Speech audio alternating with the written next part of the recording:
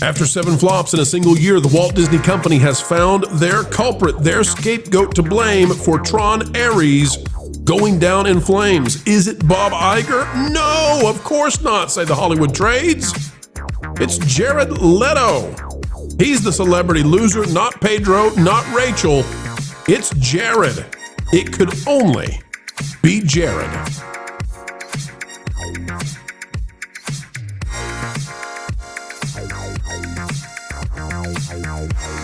Blame Bob Iger? No, that's insane. They've got Jared Leto on the brain, and they're going to crash his career to make sure that this flop is in the rearview mirror for the House of Mouse. Hollywood media turned on Jared Leto after Tron Ares' box office failure.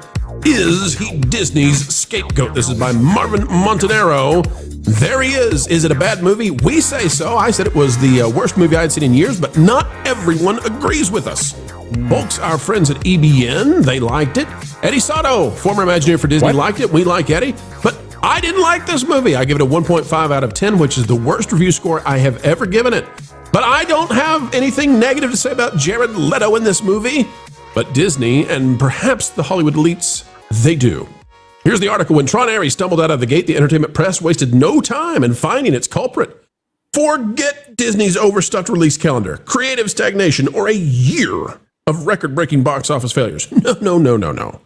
The problem that led to Tron Ares' box office failure, according to outlets like The Hollywood Reporter, is Jared.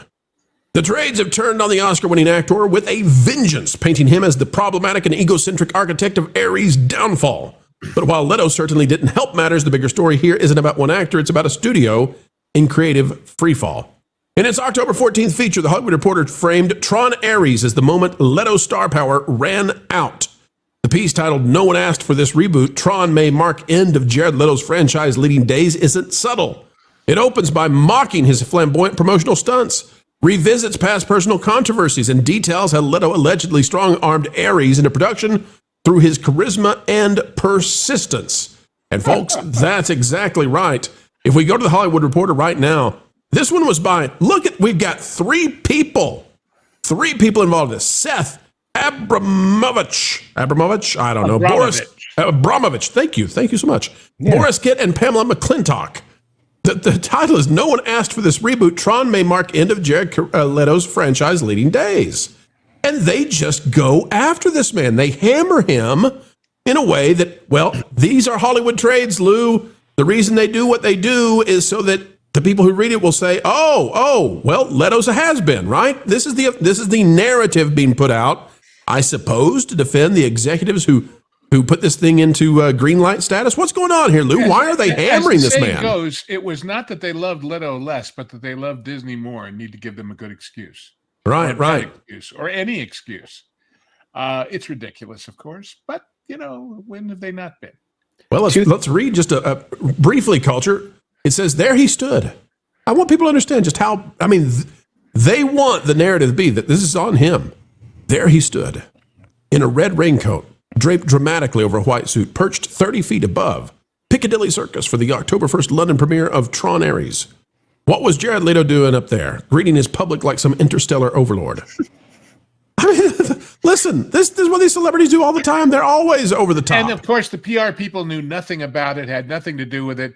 The studio had no clue he was going to do this. It was all his own idea, right? He took a wrong turn on the staircase, and boom, he was up there. It says, like a light cycle slamming into a jet wall, Tron Ares was savagely de-rezzed at the box office this weekend, bringing in at least $10 million less than its projected opening gross. The Disney sci-fi tentpole pulled in a dismal $33.2 million. Yeah, tentpole in October. They're slamming this movie. There's no defense. Here's my question for the panel. Where was this for Rachel Zegler? Where is this for Pedro Pascal? Why is it that Jared is special? And I think I know the answer, but I'd love to hear from you. Culture, take it away. White man, go away. No, seriously, it's a big problem. He doesn't represent their favorite stuff. And look, it's not his fault. Like, I can't believe I'm saying that because I don't enjoy Jared Leto in any way in anything I've ever seen him in. It is not Morbin time in Tron. But I will tell you that he actually doesn't deserve this kind of publicity. And again, it's all PNC Media Group that's slamming this dude. But everybody's going to take their own, whack at the mole. And the problem is that this means Tron's dead, but none of that has anything to do with Leto. Hold this spot on the B-roll. Vash, go back to the girl. Yeah. Finish your point, Culture. Well, no, you were actually getting to the point in that in the B-roll, you're going to see what made this fail.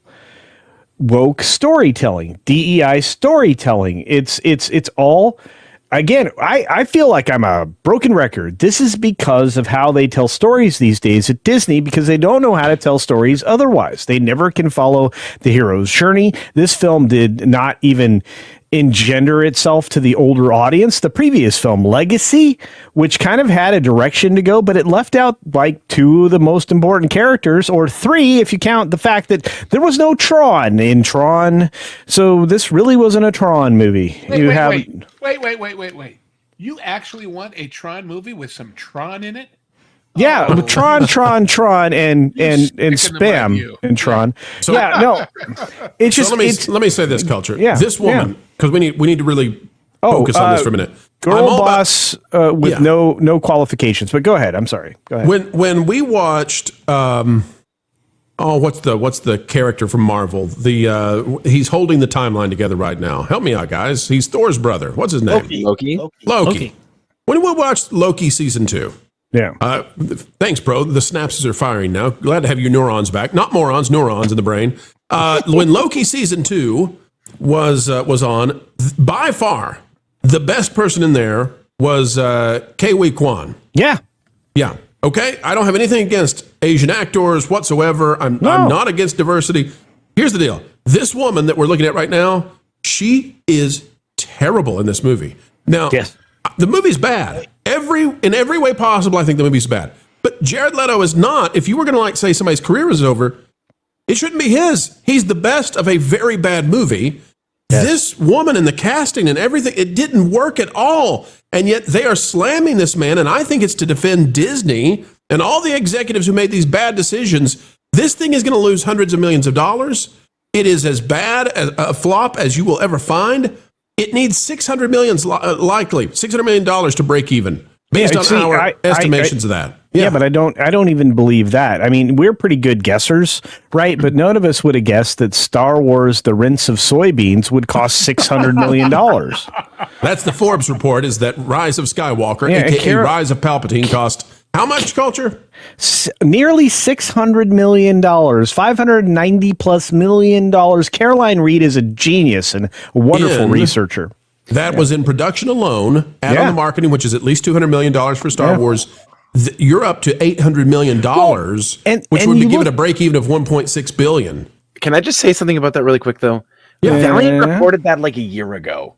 We've been reporting it a long time ago. You're absolutely right. But here's the small problem. We have to wait for the bean counters to release their official information for it to make it to the mainstream, to make it that important. Jonas and Valiant nailed it like so long ago. Well, thank you. Yeah, definitely. Jonas and Valiant. Well, Caroline's fantastic at Forbes, and we really do appreciate her. We do. And she often has access to stuff that we simply cannot get a hold of in the same kind of speed, based on her position at Forbes. Yeah. Ron, I want to go to you, though, because, Ron, what we're looking at is we actually know, I believe, that Disney is bothered by this flop. And the reason that we know that Disney is bothered is because they're making up a narrative that we can all tell there's no way this is real. But they're making it up in order to have a defense. Disney hasn't done this before. And I wonder if we're going into the shareholders meeting coming up in about, maybe less than a month. We're going into the shareholders meeting with flop number likely 7. Flop number 7 for Disney in a single year. They've broken records, and I think they're looking for somebody to blame. Somebody has to be to blame for this. They're not going to say that Pedro was to blame for Fantastic Four, but Jared Leto, for whatever reason, I guess he doesn't have any more Disney movies coming out. What say you, Ron? Well, Ron is just in a very happy stupor. He's very still. Look at that man. He is just so happy to take the question. I'll tell you what I'll say.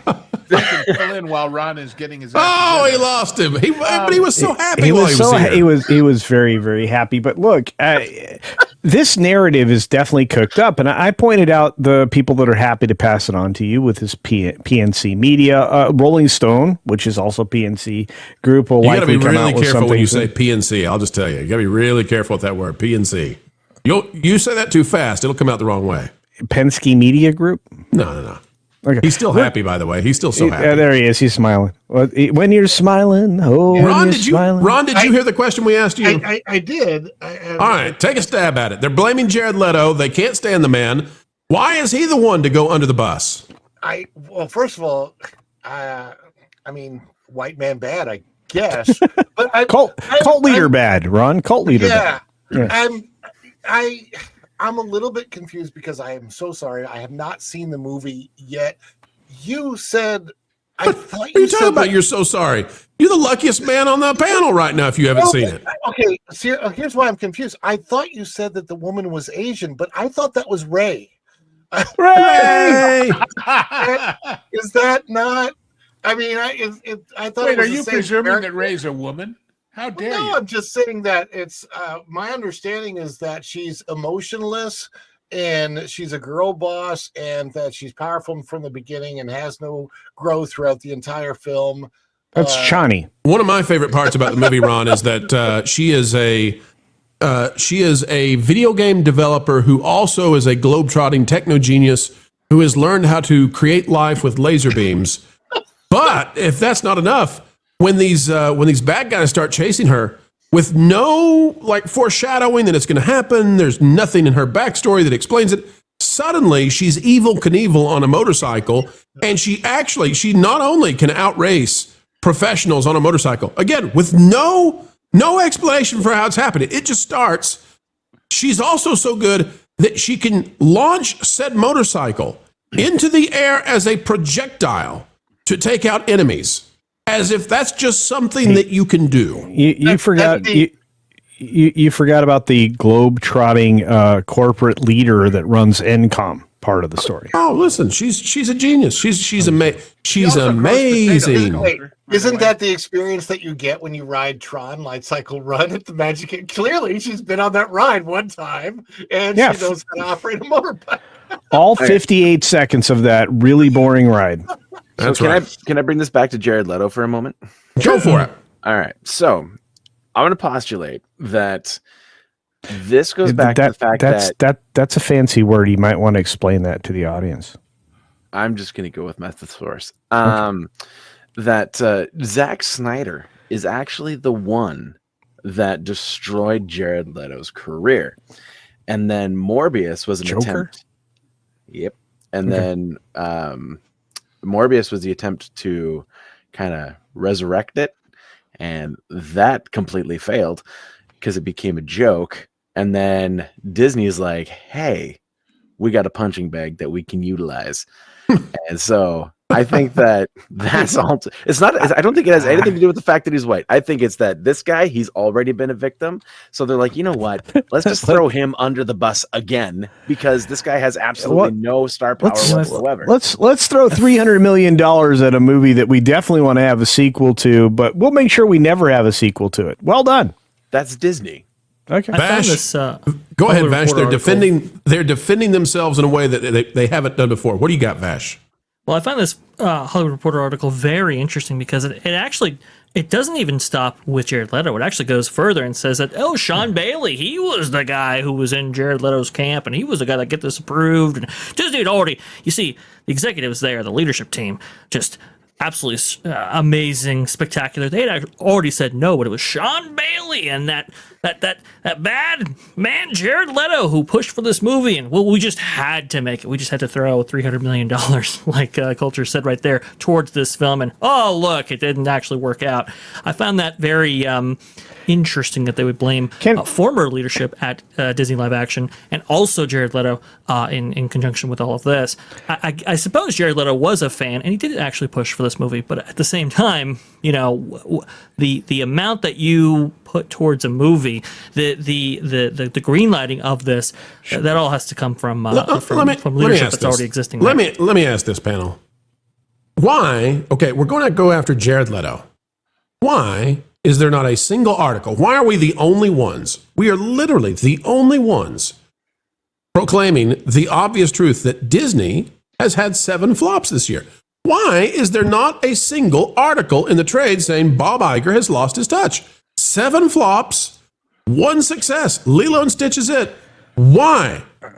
They have more movies at the box office, and they have less box office wins than Warner Brothers does.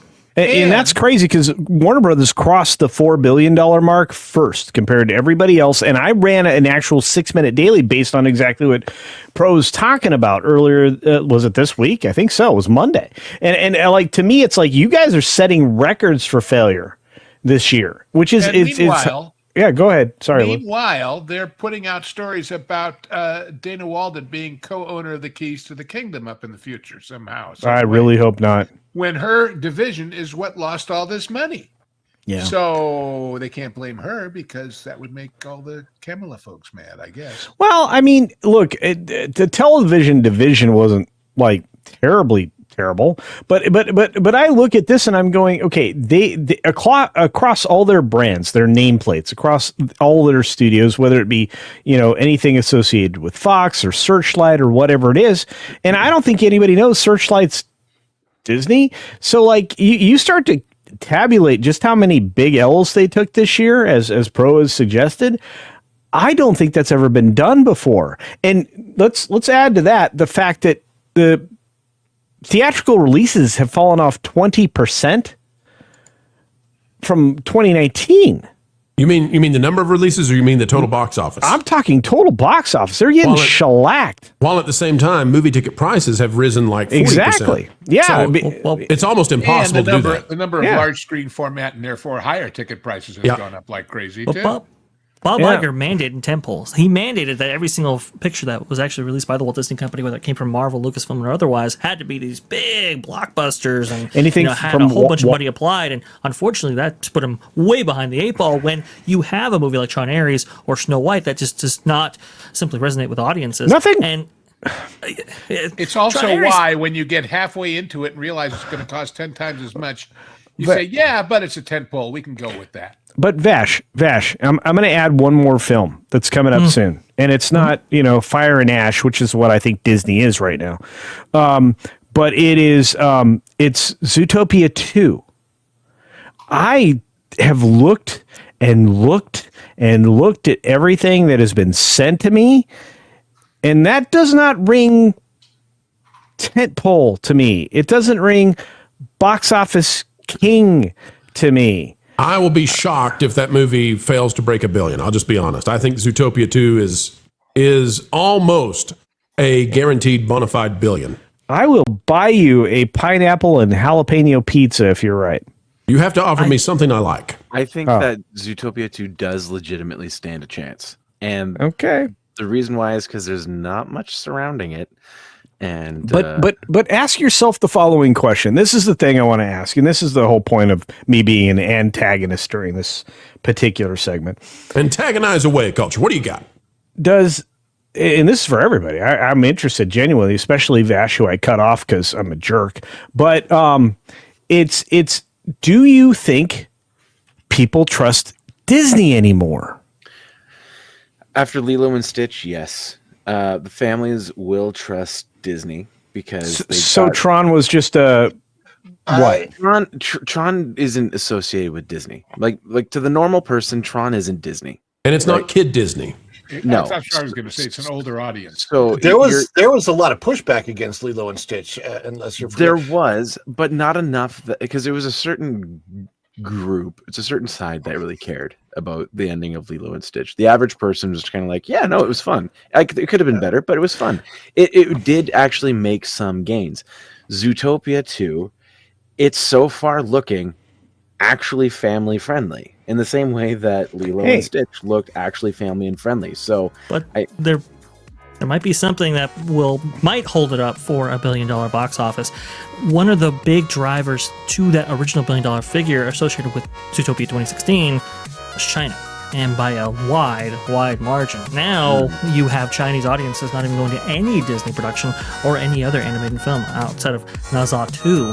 So I don't know how contributory it'll actually be towards the box office. And again, remember, they invested a huge land in Shanghai Disneyland based all around Zootopia. That will look very, very bad if, in fact, China doesn't actually go out there and support Zootopia 2.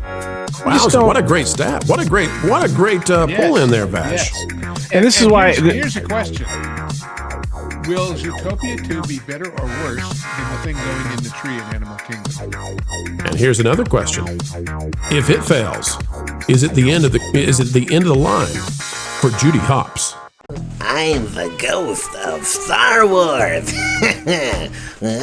You know what would be a real treat this Halloween? Checking out WDW Pro. His daily videos are a real treat. Guys, I'm the ghost of Star Wars. Get it? You know, we should go and make sure we're subscribed. Guys, I'm the ghost of Star Wars. And while we're at it, we'll ring that bell to make sure we're notified. Great, let's go. Because, well, we actually care about that. Let's go. Fact. Star Wars is not dead. It's haunting the steps of Disney Plus.